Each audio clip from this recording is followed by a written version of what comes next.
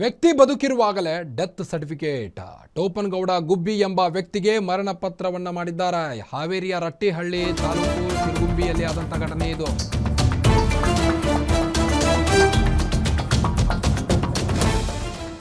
ವ್ಯಕ್ತಿ ಬದುಕಿರುವಾಗಲೇ ಆತನ death certificate create ಮಾಡಿದ್ದಾರೆ. ಟೋಪನಗೌಡ ಗುಬ್ಬಿ ಎಂಬ ವ್ಯಕ್ತಿಗೆ ಮರಣ ಪತ್ರ. ಹಾವೇರಿಯ ರಟ್ಟಿಹಳ್ಳಿ ತಾಲೂಕು ಶಿರಗುಂಬಿಯಲ್ಲಿ ನಡೆದಂಥ ಘಟನೆ ಇದು. ಗ್ಯಾರಂಟಿ ನ್ಯೂಸ್ ಬಳಿ ನೋವು ತೋಡಿಕೊಂಡಿದ್ದಾರೆ ಈಗ ಟೋಪನಗೌಡ. ನಾನು ಬದುಕಿರುವಾಗಲೇ ನನ್ನ ಡೆತ್ ಸರ್ಟಿಫಿಕೇಟ್ ಕ್ರಿಯೇಟ್ ಮಾಡಿದ್ದಾರೆ. ಹಾವೇರಿಯ ರಟ್ಟಿಹಳ್ಳಿ ತಾಲೂಕು ಶಿರಗುಂಬಿಯಲ್ಲಿ ಆದಂಥ ಘಟನೆ ಇದು. ನನಗೆ ನೋವಾಗಿದೆ ಇದರಿಂದ ಭಾಳ. ನನಗೆ ಪಡಿತರ ಚೀಟಿ ಸಿಕ್ಕಿರಲಿಲ್ಲ. ನಾನು ಕೇಳಿದ್ದು ನನ್ನ ಹೆಂಡತಿಯ ಸರ್ಟಿಫಿಕೇಟ್. ಆದರೆ ಇವರು ನಂದು ಮರಣ ಪತ್ರವನ್ನು ಕೊಟ್ಟಿದ್ದಾರೆ. ತಪ್ಪು ಮಾಡಿರುವ ವಿಎಗೆ ಈಗ ಶಿಕ್ಷೆ ಆಗಬೇಕು ಅಂತ ಟೋಪನಗೌಡ ಆಗ್ರಹಿಸಿದ್ದಾರೆ. ಗ್ಯಾರಂಟಿ ನ್ಯೂಸ್ ಮೂಲಕ ಟೋಪನಗೌಡ ಗುಬ್ಬಿ ಆಗ್ರಹಿಸಿರುವಂಥದ್ದು. ವ್ಯಕ್ತಿ ಬದುಕಿದ್ದಾಗಲೇ ಆತನ ಡೆತ್ ಸರ್ಟಿಫಿಕೇಟ್ ಕ್ರಿಯೇಟ್ ಮಾಡಿದ್ದಾರೆ. ಹೀಗಾಗಿ ಮನನೊಂದ ಟೋಪನಗೌಡ ಗ್ಯಾರಂಟಿ ನ್ಯೂಸ್ಗೆ ಗರಿಗರಿಯಾಗಿ ಬೇಡಿಕೊಂಡಿದ್ದಾರೆ. ಈಗ ಗ್ಯಾರಂಟಿ ನ್ಯೂಸ್ ಮೂಲಕ ಟೋಪನಗೌಡ ಗುಬ್ಬಿ ಆಗ್ರಹಿಸಿದ್ದಾರೆ.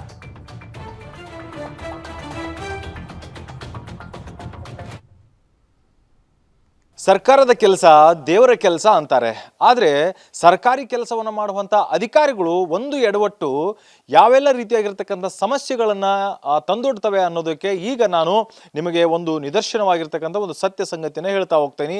ಈಗ ನಾನು ಹಾವೇರಿ ಜಿಲ್ಲೆಯ ರಟ್ಟಿಹಳ್ಳಿ ತಾಲೂಕಿನ ಸಿರಿಗುಂಬ ಗ್ರಾಮದಲ್ಲಿರುವಂಥದ್ದು ಏನು ಇನ್ನೂ ಕೂಡ ಜೀವಂತವಾಗಿ ಗಟ್ಟಿಮುಟ್ಟಾಗಿ ಇರುವಂತಹ ವ್ಯಕ್ತಿಯನ್ನು ಈಗಾಗಲೇ ಸಾಯಿಸಿರುವಂಥದ್ದು. ಅದು ಏನಂತಂದರೆ ಸರ್ಕಾರಿಯ ಒಂದು ದಾಖಲೆಗಳಲ್ಲಿ. ಈಗ ಸದ್ಯ ನಾನು ಸಿರಿಗುಂಬಿ ಗ್ರಾಮದಲ್ಲಿ ಬೋಪೇಗೌಡ ಗುಬ್ಬಿ ಅನ್ನೋರ ಮನೆಯಲ್ಲಿದ್ದಾರೆ. ಟೋಪನಗೌಡ ಗುಬ್ಬಿ ಅನ್ನೋರ ಮನೆಯಲ್ಲಿ ನಾನು ಈಗ ಇರುವಂಥದ್ದು. ಸೊ ಈಗ ನನ್ನ ಏನು ಬಲಭಾಗದಲ್ಲಿದ್ದಾರೆ ಇವರೇ ಕೂಡ ಈಗ ಏನಂತಾರೆ ಬದುಕಿದ್ರು ಕೂಡ ಇವರ ಹೆಸರಿನಲ್ಲಿ ಮರಣ ಪ್ರಮಾಣ ಪತ್ರ ಇರುವಂಥದ್ದು. ಅಂದು 2021ನೇ ಇಸ್ವಿಯಲ್ಲಿರುವಂತಹ ಏನು ಗ್ರಾಮ ಲೆಕ್ಕಾಧಿಕಾರಿ ಏನಿದ್ರೆ ಅವರು ಮಾಡಿರುವಂತಹ ಎಡವಟ್ಟಿನ ಕೆಲಸ. ಅಂದರೆ ನಿಜವಾಗಿರ್ತಕ್ಕಂಥ ಪರಿಶೀಲನೆ ಮಾಡಿದರೆ ಇಷ್ಟು ಸಮಸ್ಯೆನೇ ಆಗ್ತಾ ಇರಲಿಲ್ಲ. ಈಗ ಈ ಒಂದು ಚರ್ಚೆ ಈಗಾಗಲೇ ರಾಜ್ಯದಲ್ಲಿ ತುಂಬಾ ವೈರಲ್ ಆಗಿರುವಂಥದ್ದು. ಸದ್ಯ ಈಗ ಅವ್ರನ್ನ ನಾನು ಮಾತನಾಡಿಸ್ತಾ ಹೋಗ್ತೀನಿ. ಯಾಕೆ ಅವರು ಆ ಸಂದರ್ಭದಲ್ಲಿ ಕಚೇರಿಗೆ ಭೇಟಿ ಕೊಟ್ಟಿದ್ರು, ಏನು ಸಮಸ್ಯೆ ಆಗಿತ್ತು ಅನ್ನೋದ್ರ ಬಗ್ಗೆ. ಸರ್, ನಿಮ್ಮ ಜೀವಂತವಾಗಿದ್ದೀರಿ ಈಗ ಟೋಪೇಗೌಡ್ರೆ. ಈಗ ನಿಮಗೂ ಕೂಡ ಏನಂತಂದ್ರೆ ಈ ರೀತಿಯಾಗಿರ್ತಕ್ಕಂಥ ಸಮಸ್ಯೆ ಆಗಿದೆ, ಸಾಯಿಸ್ಬಿಟ್ಟಿದಾರಲ್ವಾ, ಹೆಂಗಾಯ್ತಿದು? ಅರ್ಜಿ ನಮ್ಮ ಕುಟುಂಬದ ಅರ್ಜಿ ಕೊಡಕ್ಕೆ ಹೋಗಿದ್ದೀವ್ರಿ. ಮರಣೋತ್ತರ ಕೊಟ್ರಿ ಅಂದು ಅವರು ನಂದ ಮರಣೋತ್ತರ ಮರಣೋತ್ತರ ಬರ್ತೀವಿ ಮತ್ತೆ ರಿಟರ್ನ್ ಹೋಗಿ ಅರ್ಜಿ ಕೊಟ್ಟಿವ್ರಿ. ಅರ್ಜಿ ಕೊಟ್ಟು ಆದಾಗ ನಮ್ಮ ಯಜಮಾನಿದ್ ಬಂತ್ರಿ ಮರಣೋತ್ತರ. ತಿರಿ ನಮ್ಮ ಮರಣೋತ್ತರ ತೆಗೀರಿ ಅಂದ ತೆಗ್ದಿಲ್ರಿ ಅವ್ರು. ಅಂದ್ರೆ ನಿಮ್ಮ ಹೆಣ್ಮಕ್ಳದ ಇದಕ್ಕೆ ಹೋದಾಗ ನಿಮ್ದು ಕೂಡ ಮರಣ ಮಾಡಿಬಿಟ್ರಾ? ಮಾಡ್ಬಿಟ್ಟಾರ. ಹೆಣ್ಮಕ್ಳು ತೆಗೀರಿ ಅಂದ್ರ ನಂಬ ತೆಗ್ದಾರಿ. ಸರಿ, ಈಗ ಎಷ್ಟು ವರ್ಷ ಆಗಿದೆ? ಎಷ್ಟು ವರ್ಷ? 21ರಾಗ್ರಿ ಅದು. 21ನೇ ಇಸ್ವಿಯಿಂದ ಹಂಗಾಯ್ತ್ರಿ. ಮೊನ್ನೆ ನಾವು ಇದನ್ನ FID ಮಾಡ್ಸಕ್ಕೆ ಆಧಾರ್ ಕಾರ್ಡ್ ತಗೊಂಡ್ ಹೋದಾಗ ಕೃಷಿ ಆಫೀಸ್ನ್ಯಾಗ ಡೆತ್ ರೀ ಅಂತ ತೋರಿಸ್ತತ್ರಿ ಇದು ಅಂದ್ರಿ. ಆಮೇಲೆ ಬಂದು ವಿಚಾರ ಮಾಡಿದೀವ್ರಿ. ಹೋಗಿದ್ದೀವ್ರಿ ತಹಸೀಲ್ದಾರ್ ಆಫೀಸ್ಗೆ. ತಹಸೀಲ್ದಾರ್ ಇದ್ದಿಲ್ರಿ 2 ದಿವಸ. ತಿರುಗಿ ಹೋಗಿ ಸಾಹೇಬರು ಹಿಂಗೆ ಇದು ಮಾಡಕ್ಕೆ ಹೋಗಿದ್ದೀವ್ರಿ ಕೇಳಕ್ಕೆ. ಅವ್ರು ಇದಕ್ಕೆ ಹಾಕೋಣ ಅಂತ ಹಾಕಿದ್ರು. ಆಯ್ತು ಟೋಪೇಗೌಡ್ರೆ, ಇವಾಗ ಮನಸ್ಸಿಗೆ ಭಾಳ ಬೇಜಾರಾಗುತ್ತೆ.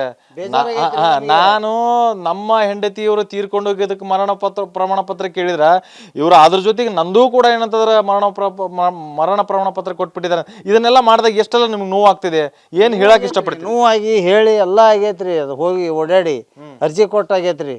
ಅದನ್ನ ತೆಗ್ದಿಲ್ರಿ ಅವರು. ನಮ್ಮ ಗಮನಕ್ಕೆ ನಾವು ತಂದಿಲ್ರಿ. ರೇಷನ್ ಕಾರ್ಡಿಗೆ 6 ತಿಂಗಳು ಹೋಗಿತ್ರಿ. ಮೊನ್ನೆ ಇದು ಹಿಂಗ ಮಾಡೋದಕ್ಕೆ ಹಾಕ್ಯಾರ. ಎಷ್ಟು ಸಮಸ್ಯೆ ಆಗೈತಿ ಇದರಿಂದ? ಭಾಳ ಸಮಸ್ಯೆ ಆಗೈತ್ರಿ ನಮಗೆ. ಏನಾದರೂ ಇದೇ ಇಲ್ರಿ ನಮಗೆ. ಪ್ರಮಾಣ ಪತ್ರ ಆಗಿದ್ರು ಕೂಡ ಅದನ್ನ ಕ್ಯಾನ್ಸಲ್ ಮಾಡೋದಕ್ಕೆ 5 ವರ್ಷ ತೆಗೆದುಕೊಂಡಿದ್ದಾರೆ. ನಮಗೆ ಕ್ಯಾನ್ಸಲ್ ಆಗಬೇಕು, ಜೊತೆಗೆ ತಪ್ಪಿತಸ್ಥರ ವಿರುದ್ಧ ಕ್ರಮ ಆಗಬೇಕು ಅನ್ನುವಂಥದ್ದು ಅವ್ರ ಮಾತಾಗಿದೆ. ಗ್ಯಾರಂಟಿ ನ್ಯೂಸ್ನ ಕಳಕಳಿಯೂ ಕೂಡ ಇದೇ ಆಗಿರುವಂಥದ್ದು. ತಪ್ಪಿತಸ್ಥರು ಯಾರಿದ್ದಾರೆ ಕೂಡಲೇ ಅವ್ರ ಮೇಲೆ ಕ್ರಮ ಆಗಬೇಕು ಅನ್ನುವಂಥದ್ದು. ಹಾವೇರಿಯಿಂದ ರಮೇಶ್ BH, ಗ್ಯಾರಂಟಿ ನ್ಯೂಸ್.